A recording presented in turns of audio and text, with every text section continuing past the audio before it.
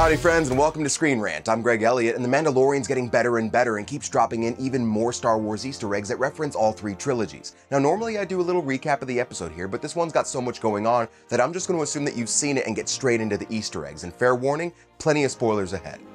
Similarly to how A New Hope starts with a simple hologram message stored inside R2-D2, Episode 3 The Sin starts the same way, with Armando getting a blue transmission from Greef Karga with instructions on what to do when he arrives.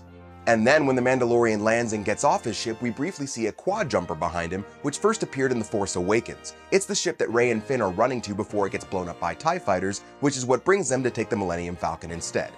The Code of the Bounty Hunter, more specifically the one associated with the Guild, is a theme that's present throughout the Star Wars universe, most notably outside of the films and comics and other media. This episode brings that code front and center, and as the Mandalorian willfully disobeys it, we get to see just how other bounty hunters treat those who break their agreements. But on a different note, who's hungry for some ice cream?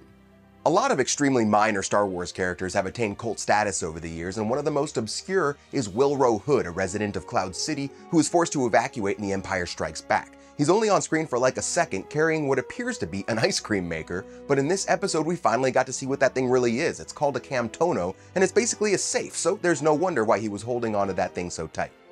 Episode 3 also showcased a bunch of Mandalorians, giving us the best look at them we've ever had in live action. We learned just how much they hate the Empire for their role in the Great Purge, why they're in hiding, that removing their helmet's a big no-no, and also just how volatile they can be, a direct reference to their history in which infighting almost wiped them all out. And oh yeah, jetpacks, tons of jetpacks. I gotta get one of those.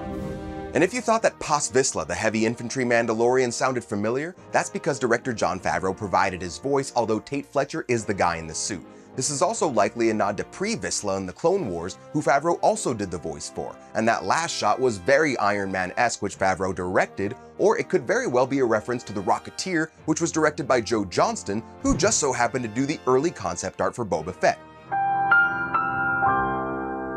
As with other episodes of The Mandalorian, the show is filled with aliens and droids from the Star Wars world, like more Jawas, a Zabrak, the same species that Darth Maul belongs to, a Rodian, that's what Greedo is, or was, and what I think is a Cuzo, like Embo from the Clone Wars, and a Twi'lek like Bib Fortuna.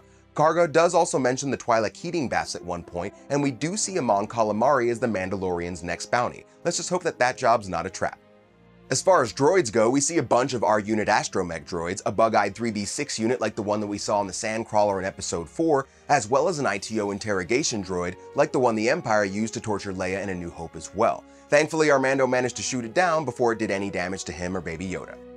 During their meeting at the bar, Karga briefly mentions the New Republic, which the Mandalorian calls a joke. This does take place 5 years after Return of the Jedi, so it's clear that while the Empire is gone, the New Republic hasn't quite won the hearts and minds of everyone yet. Karga also says at the end of the episode that he's the Mandalorian's only hope, which, come on, is about as clear a reference to the original Star Wars as you can get.